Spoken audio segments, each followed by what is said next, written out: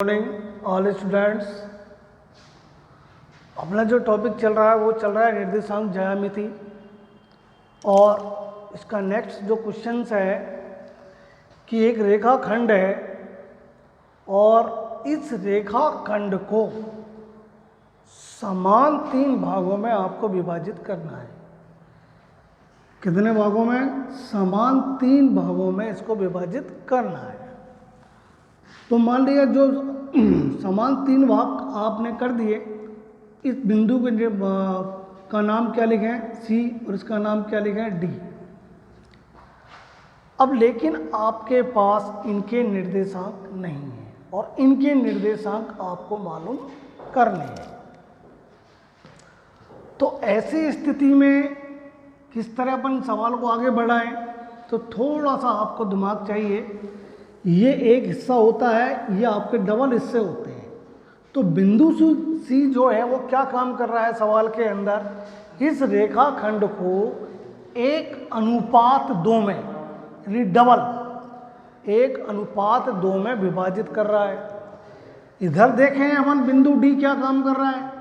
बिंदु डी देखो, ये एक हिस्सा और ये डबल हिस्से, तो मीन्स ए से डी तक की डबल हो गई, यानी 2 हो गई, और डी से वी तक की जो है 1 हो गई, यानी बिंदु डी इसको AD अनुपात DB मीन्स 2:1, क्योंकि ये डबल हिस्सा, ये अकेला हिस्सा। तो बिंदु डी कर रहा है इसको 2:1 में विभाजित, और बिंदु सी क्या काम कर रहा है? 1:2 में विभाजित। तो आपके जो अनुपात हैं वो M1 और M2 आता है। तो उसको देखिए अब कैसे करते हैं इसको अपन। माना बिंदु सी रेखाखंड AB को 1:2 में विभाजित करता है।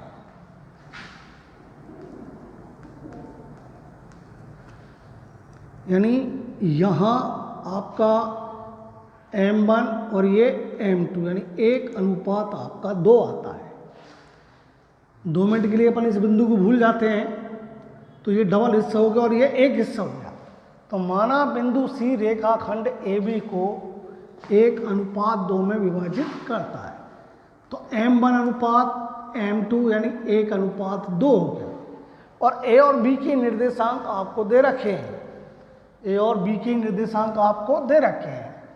तो विभाजन सूत्र लेना है काम में। विभाजन सूत्र से तो x बराबर M1 x2 plus M2 x1 M1 plus M2, यह आपका सूत्र हो गया। इस सूत्र में अपन को ये संख्या जमानी है x1 y1 x2 और ये y2। देखिए अब M1 और M2 का मान क्या है आपके पास? 1, और ये आपका 2। x2 का मान क्या है आपके पास? 1, और x1 का मान क्या है आपके पास? 11/1 प्लस 2। देखिए 1 एकम 1 और 11×2 22/3, तो 23/3। तो एक तो मान आया आपका 23/3, ठीक है। अब दूसरा ये तो x का मान आ गया। अब y का मान लेना है आपको। y बराबर M1 y2 M2 y1 M1 plus M2। अब देखिए 1 ये 2। अब y2 का मान क्या है आपके पास? 2 है।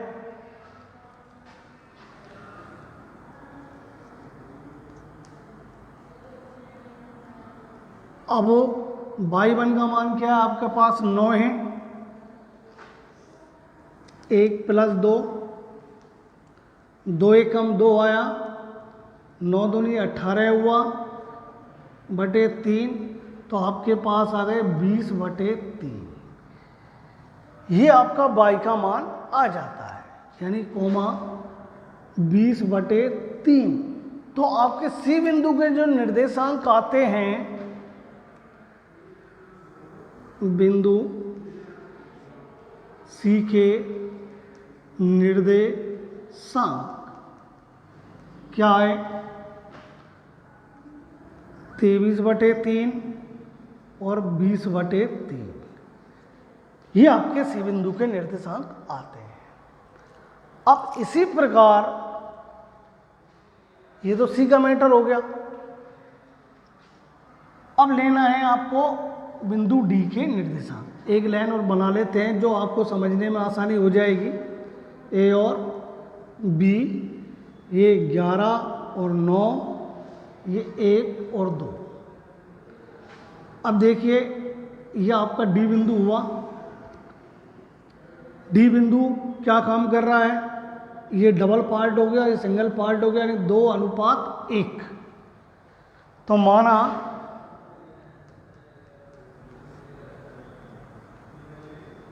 बिंदु D रेखा खंड AB को 2:1 में विभाजित करता है। 2:1 में विभाजित करता है। सूत्र अब यही लगना है विभाजन सूत्र से। यहाँ पर M1 का मान तो 2 हुआ, M2 का मान 1 हुआ, 2 + 1, देखिए x1 x2 y1 y2। तो यहाँ पर y2 का मान 1 आ जाएगा और यहाँ पर इसका मान 11 आ जाएगा। तो 2 एकम 2, 11 एकम 11, 2 और 1 3 बराबर 13/3। क्या आएगा आपका? 13/3, यानी x2 x1। x2 का मान आपका पास 1 है और x1 का मान आपके पास 11 है। 2 एकम 2 और 11 एकम 11, 11 2 13/3। अब देखिए इसके बाद अपन को y का मान लेना है। y बराबर सूत्र वही रहेगा अंतर्विभाजन का ही। तो आपका 2 + 1। अब देखिए बेटा 2 + 1।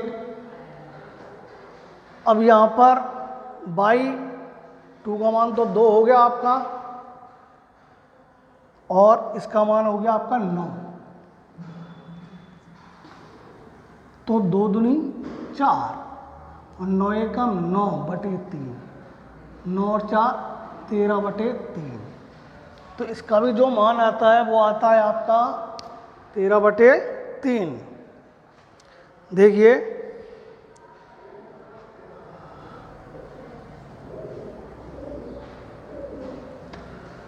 तो यानी आपके D के जो निर्देशांक हैं, D के निर्देशांक 13/3, इसका भी x का भी और y का भी 13/3। ये आपके D के निर्देशांक आ जाते हैं। इस क्वेश्चन को अपन एक बार फिर समझते हैं कि कोई रेखाखंड को उसके समान 3 भाग करने हैं और समान 3 भाग करने वाले जो बिंदु हैं उन बिंदुओं के आपको निर्देशांक मालूम करने हैं। जैसे आपका एक रेखाखंड ले लिया अपन ने A और B। अब A और B के निर्देशांक आपको दे रखे 11, 9 और 1 और 2। तो अपन लिया कि C और D। तो पहले अपन बिंदु C से चलते हैं कि बिंदु C और D। तो पहले C से चलते हैं। बिंदु C जो है इसका एक हिस्सा और ये पूरे डबल हिस्से। तो माना बिंदु C रेखाखंड AB को 1:2 में विभाजित करता है। लिख दिया। लिखने के बाद जो अपन ने 1:2 माना उसको क्या मानेंगे, m1 और m2 मान लिया। अब m1 m2 मान लिया, इधर निर्देशांक a और b के दे रखे हैं आपको a और b के निर्देशांक से अपन विभाजन सूत्र का प्रयोग करना है। विभाजन सूत्र से का प्रयोग करने के बाद x का मान आता है 23/3 और y का मान आता है आपका 20/3। तो आपके बिंदु C के जो निर्देशांक है वो हो गए 23/3 और 20/3 हो गए। अब आती है बात बिंदु D की। इसके लिए अपन एक अलग से और रेखा बना लो। बिंदु D अंकित किया। अब बिंदु D से इधर वाला हिस्सा डबल हो गया, उधर वाला हिस्सा सिंगल हो गया। भूल जाते हैं अपन इसको, तो ये डबल होता है और ये सिंगल होता है। तो ये डबल यानी 2:1। तो माना बिंदु D रेखाखंड AB को 2:1 में विभाजित करता है। तो 2 और 1 m1 m2 कहलाएगा और a और b के निर्देशांक यथावत रहेंगे, उसमें कोई बदलाव नहीं आएगा। तो x बराबर लेना है विभाजन सूत्र से, तो इसका मान क्या आया 13/3। y बराबर लेना है विभाजन सूत्र से, वही 13/3 आया। इस तरह से c और d के आपके निर्देशांक आ जाते हैं। ठीक है, देखिए अगला सवाल आपका कि कोई रेखाखंड है आपका AB। पहले वाले सवाल में तो समान 3 भाग कराए थे, अब इस वाले सवाल में समान 4 भाग कराते हैं। पहले वाले में 3 थे, 3 हिस्से किए, लेकिन अब इस वाले सवाल में आपको 4 हिस्से करने हैं। जैसे आपके पास एक गन्ना है और आप 4 भाई बहन हो, तो उस गन्ने के किस प्रकार आपको टुकड़े करने हैं ये आपको सोचने बिंदु है, उसी का अकॉर्डिंग आपका सवाल होगा। 4 भाई बहन हैं, गन्ना 1 है, उनको चारों भाई बहनों में बराबर बांटना है।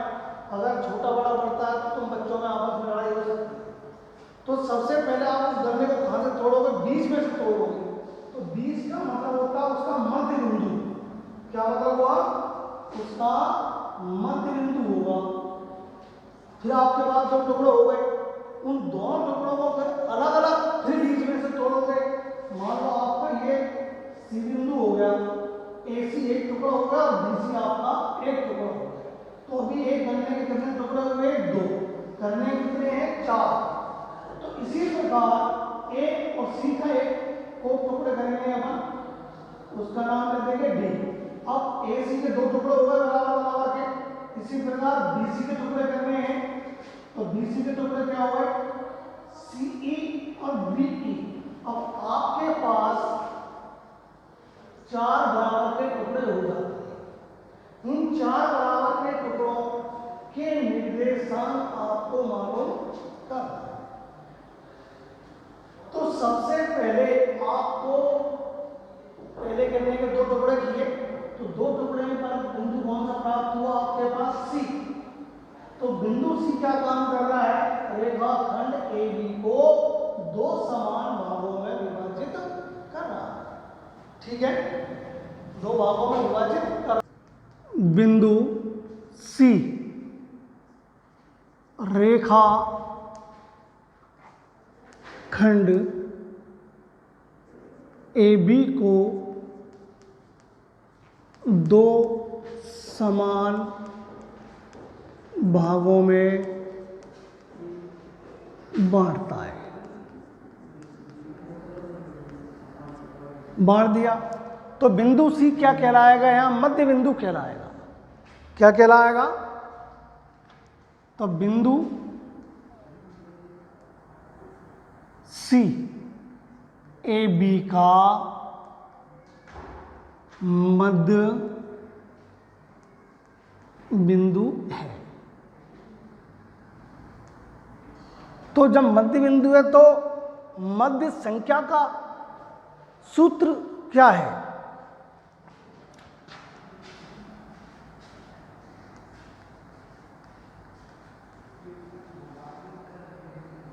x1 प्लस x2 बटे 2।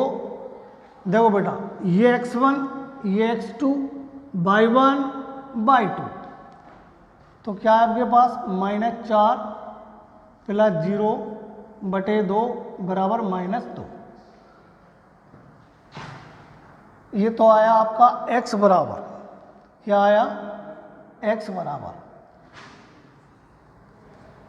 अब y बराबर लेना है तो y1 प्लस y2 बटे 2, तो y1 और y2, y1 का मान 0 और y2 का मान 6 बटे 2 बराबर क्या आएगा, 6 बटे 2 बराबर 3 बटे 2, सॉरी 3 तिया 2 तिया 6 हो गए आपके, 3 आ गया। तो बिंदु सी के जो निर्देशांक आपके आए वो आते हैं -2 और 3, ये आपके बिंदु सी के निर्देशांक आ गए। तो सी बराबर आ गया आपका -2, 3, ये आपके सी के निर्देशांक आ गए। अब अगला पॉइंट आता है कि अपन ने ए सी को किस बिंदु ने विभाजित किया, डी बिंदु ने। तो बिंदु डी एसी का मध्य बिंदु है, तो आपको लेने हैं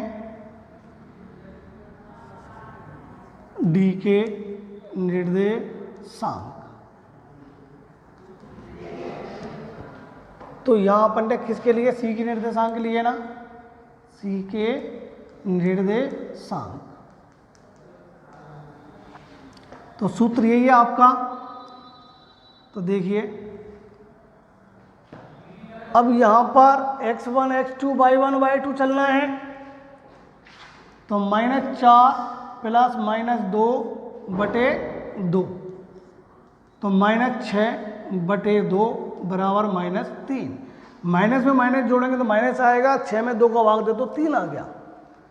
अब देखिए ये तो x बराबर आया, y बराबर लेना है 0 और ये 3, तो 0 प्लस 3 बटे 2 बराबर 3 बटे 2।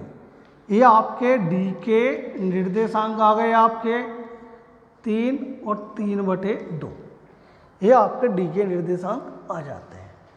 तो डी के निर्देशांक आ गए आपके -3 और 3 बटे 2। अब लेने हैं ई। ई किसका मध्य बिंदु है, यहाँ बी सी का। ई बी सी का मध्य बिंदु है।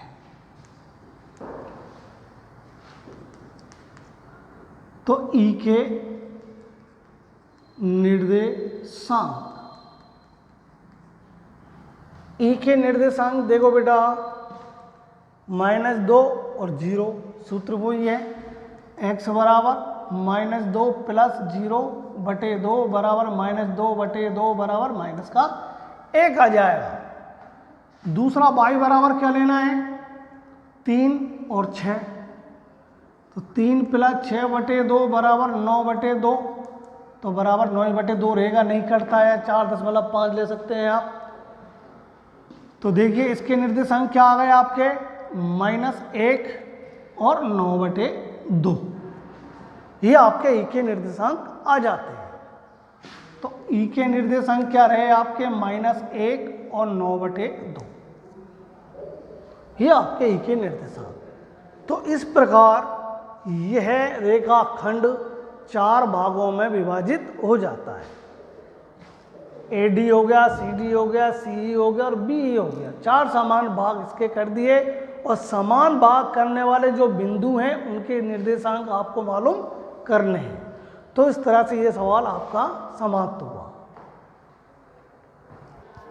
देखिए कि कोई रेखाखंड है, उस रेखाखंड पर अपन कोई बिंदु P लेते हैं, और वह जो बिंदु लिया अपन ने P नाम का, वो उस रेखाखंड को किस अनुपात में विभाजित करता है, तो उसका अनुपात याद कीजिए। अब देखिए बेटा आपके पास अनुपात नहीं है और अनुपात पूछ रहा है, इधर P के निर्देशांक नहीं है। भाई मैंने आपको सवाल में 4 बातें बताई थी अब तक, और 4 बातों में से एक बात गायब मिलेगी, 3 बात आपको सवाल में मौजूद रहेगी, लेकिन इस सवाल के अंदर 2 बातें गायब हैं और अनुपात पूछ रहा है कि किस अनुपात में विभाजित करना है। तो P के निर्देशांक तो अपन x y मान लेते हैं। क्या मान लेते हैं? x और y। तो ये अनुपात याद करने के बाद ये चीज़ें आपको याद करनी है।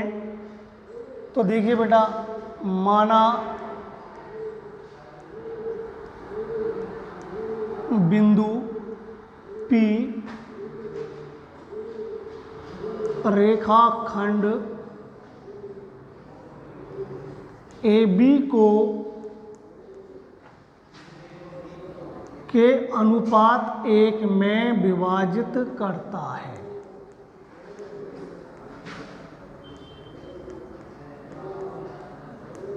विभाजित करता है, ठीक है। अब विभाजित तो कर रहा है,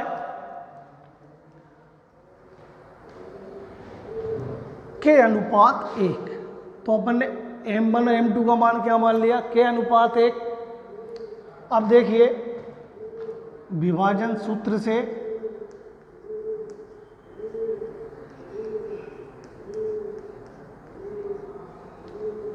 x बराबर M1 x2 M2 x1 और M1 M2।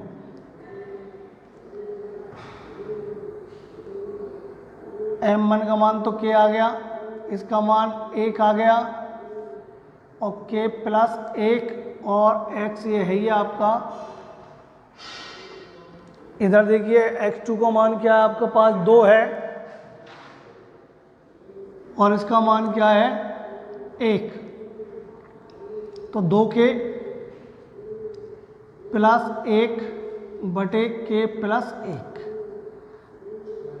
ये इसका मान आया x का। इसी प्रकार y लेना है, सूत्र लगाया M1 बाई 2 M2 बाई 1 और M1 प्लस M2 लिया। अब देखिए आगे, M1 का मान तो वो k है, ये 1, और अब बाई 2 का मान क्या है आपके पास? 7 है, और बाई 1 का मान आपका 3 है, और k प्लस 1 हुआ आपका। तो 7k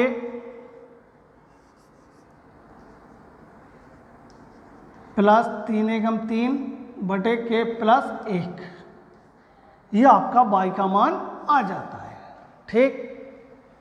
ये x का मान और ये y का मान, इन दोनों मानों को कहाँ रखना है? जो समीकरण आपको दिया गया है। तो समीकरण लेते हैं आप, 3x प्लस y बराबर 9। 3x का मान क्या है आपके पास?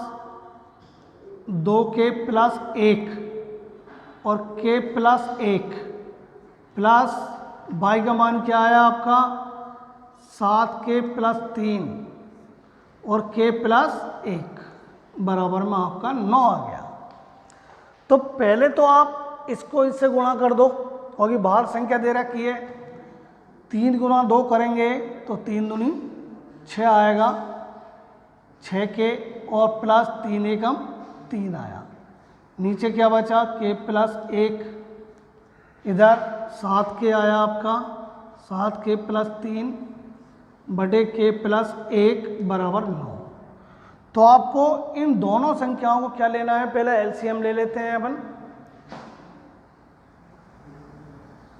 एलसीएम क्या आ गया?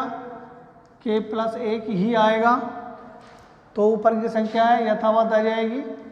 6k plus 3 plus 7k plus 3, और ये बराबर में आपका 9 आ जाएगा। 6 और 7 13k हो जाएंगे, प्लस 3 और 3 6 हो गए। इसको और इसको गुणा कर देंगे अपन, तो इसको गुणा करेंगे तो क्या आएगा? देखिए 9k प्लस 9 एकम 9, 13k पक्षांतर हो जाएगा 9k इधर बराबर 9, उधर चला जाएगा -6। 13 में से 9 गए तो क्या बचा आपका? 4k, इधर 9 में से 6 गए तो क्या बचा? 3, और के बराबर आएगा आपका 3/4 या 3:4। जो इसका विभाजन बिंदु आया, जिस अनुपात में आया, वो आया 3:4, यानी M1:M2 का मान। ठीक है।